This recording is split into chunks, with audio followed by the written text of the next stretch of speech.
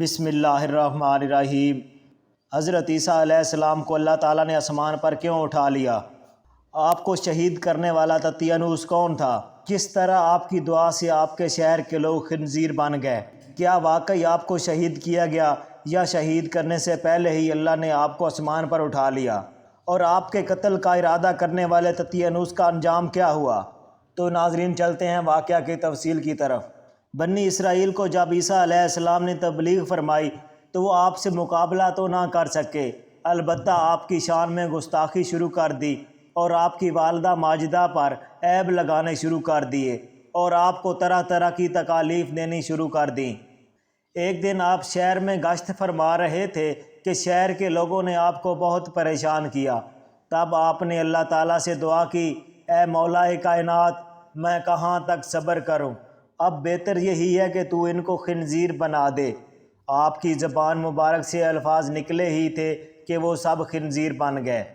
اس واقعہ سے لوگوں پر ایک خوف طاری ہو گیا۔ کسی نے اس وقت کے یہودی بادشاہ کو خبر دی کہ عیسیٰ علیہ السلام کی دعا اللہ تعالیٰ قبول فرماتا ہے۔ آپ کی دعا سے اتنے لوگ خنزیر بن گئے ہیں، تم بھی ان کے مخالف ہو، اس لیے تم بھی اپنی فکر رکھو، کہیں یہ تمہارے خلاف بھی دعا نہ کر دیں اور تمہارا بھی ایسا حال ہو جائے۔ اس نے کہا کہ کیا ہو سکتا ہے ایسے شخص کا جس کی دعا قبول ہو؟ اس کے خلاف کون سی تدبیر استعمال کی جا سکتی ہے؟ البتہ یہ ہو سکتا ہے کہ انہیں کسی ہیلہ سے شہید کر دیا جائے تو ان کی دعا کا خوف ختم ہو جائے گا۔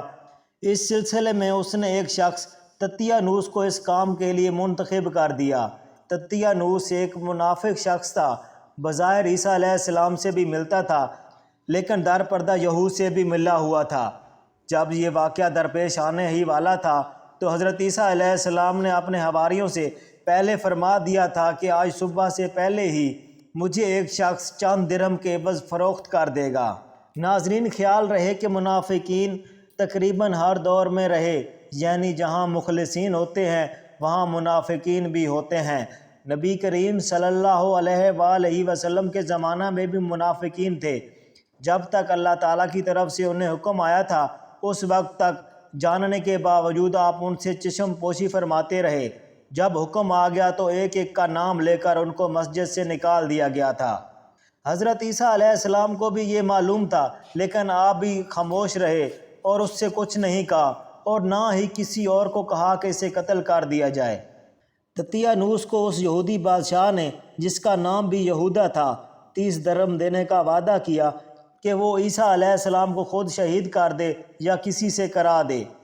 30 درہم کی لالچ میں آ کر دقیانوس نے یہودا کے چند آدمیوں کو ساتھ لیا اور آپ کی قیامگاہ پر آ گیا۔